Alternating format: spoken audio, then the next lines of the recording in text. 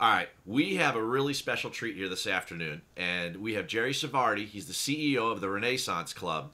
And why don't we go through a little course preview? Let's talk about the actual track of land here that's going to test these PGA and DP World Tour players, right? So, what do you think presents the biggest challenge for the players when it comes to playing the Renaissance Club? Well, as with any links golf course, and not just links golf course, wind always has a major factor. If you look at the scores in all these PGA Tour events recently, and you look at those events that don't have any wind, it doesn't matter where it is, don't have any wind, then they're these guys are good. There's a reason they're good. But if you start adding wind to it, and we've had three of these now here at Renaissance, and we haven't had any wind, like I mentioned earlier, except for a half day in 2020. But the forecast rate now is a couple days of 10 to 20 mile an hour, which is a typical Scottish day. And then on Sunday it might get a little heftier with 25, up to 25, even 30. So one thing is going to be the wind. But the other thing that's happened, and I mentioned this earlier, that we haven't had much rain this spring. And so the golf course is really hard. And what that means is that these players are going to have to think when they're on the tee. And that's what you want. You can't just get out there and just bomb it, because it's going to roll into some places into the rough where we got the fescues up knee high, and they're going to be you're going to have to hack out. I mean, I don't care how strong you are. You start thinking you can hit a 6 iron, a 7 iron out of this rough, and believe me, I've seen members and others, young kids, for the last month and a half and 2 months try to do it. It doesn't work. So that's what's going to be interesting, where the ball ending up stopping. And when they get in the rough, what do they do? And when they think they can get it out, it's going to be really interesting to see what happens. So it's exciting. It's going to be interesting just to see what happens, because you have the most elite field ever in the DP World Tour event, right? And I look back to your past champions, and I'm curious, what do you think? Because you're there on the property, you play the golf course all the time. Those three champions, Minwoo Lee, Aaron Rai, and Bernd Wiesberger, right? Do you feel like there's a common skill between the three of them, or were those three events just kind of different? I'm trying to look for like a common denominator which made them contend at the Renaissance Club. The conditions were so different. I mean, the first year in 2019, when we was pre-COVID and all that kind of thing. I mean, right before the tournament was really hard. We got a deluge on Thursday morning. From 4 o'clock in the morning, it rained like 2 inches, 2.5 inches. We hadn't had anything like that. And the golf course became totally different overnight. I mean, completely different. They were firing at the pins. The ball was stopping. The ball wasn't running in the rough. So, and then in 20, it was in October, because that was COVID year. So they moved the event to October. So not the same conditions in October as it is in July. 21 was more so, but it was really benign wind. I mean, I think that what happens is, in all these events, but in particular, those three individuals, they really don't have a links background or a links history or anything like that. It was just a normal professional event for them. I think we're going to see different conditions this year, and I wouldn't be surprised. You look back over history and you look at when Darren Clark won the Open, and it was blowing the whole time, and he was the only one who was firing those 2 irons out. They looked like darts flying out there, but they were all going straight at the green. Everybody else was hitting, and the wind was taking it everywhere. So I think you're going to find that we're going to find somebody who's got maybe some history and tradition with wind and links golf. I mean, I don't know who that can possibly. You can pick up a whole bunch of guys, because those conditions get pretty windy out in Oklahoma, for example. But we'll see what happens. It's going to be interesting.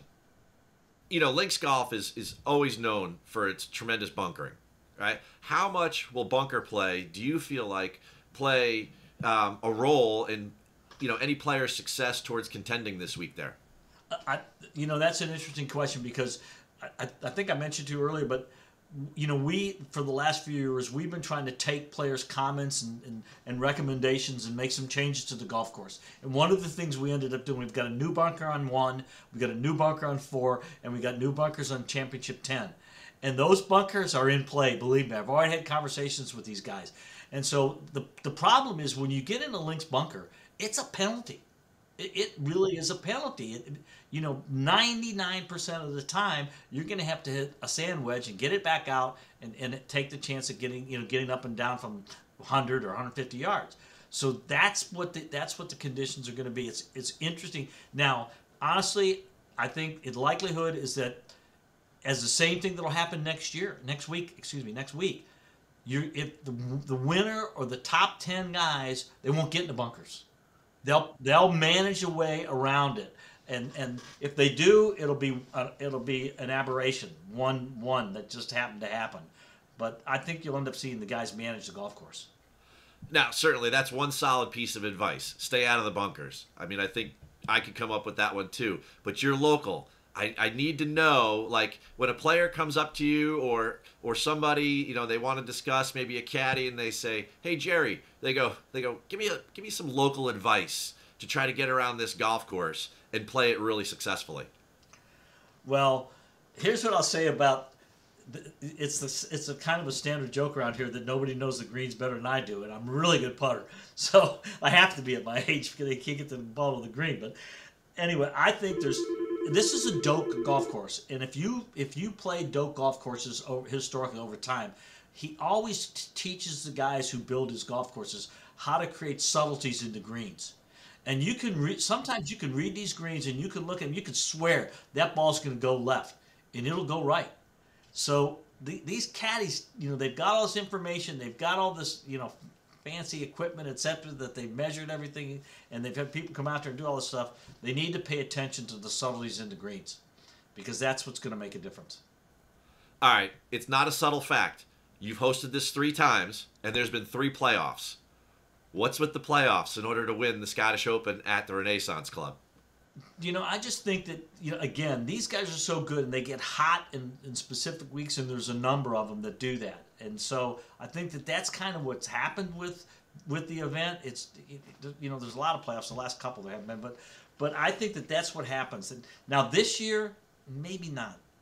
Might happen, but, this year, because we're going to get some wind that we've never had in the past, so this year might be the year that somebody might just step out. Plus, look at the odds of having a really top line. I mean, 14 of the top 15, 25 out of the top 30. It's unbelievable. So, fingers crossed. All right, I'm going to borrow one of your phrases from over there. If you're a punter, who are you picking this week? That's an interesting question. I've been playing games with picking people. I actually picked Fitzpatrick to win the U.S., but that was because it was Brookline, and he'd done well there in the U.S. Amateur, and he won the U.S. Amateur, so he had some history behind it. And I always think horses for courses, but I tell you what, I'll go out on a limb and say it might be Fitzpatrick because he was one in the playoffs one of the years. Okay, in fact, it was last year. But also Fleetwood. Fleetwood was in a playoff. Fleetwood could kick himself in the butt for missing that short putt on 18. And he's got the historical background with links. So, but there's so many. I mean, somebody gets hot. So, Zalatoris will. Wait a second. Wake Forest. It could set up for him. So we'll see. You know what, Jerry? We've been set up great by you. I can't thank you enough for coming on the show and talking to us this afternoon. I know it's a super busy week for you. You are the best, and I really do. I think about what your family means to golf, and then to go from America and to take it over there to Scotland and make the impression that you're doing and paying it forward. It's just a tremendous, tremendous story, and I'm so happy to share it with my listeners. Thanks, Keith. Thanks for your time. Enjoy the golf.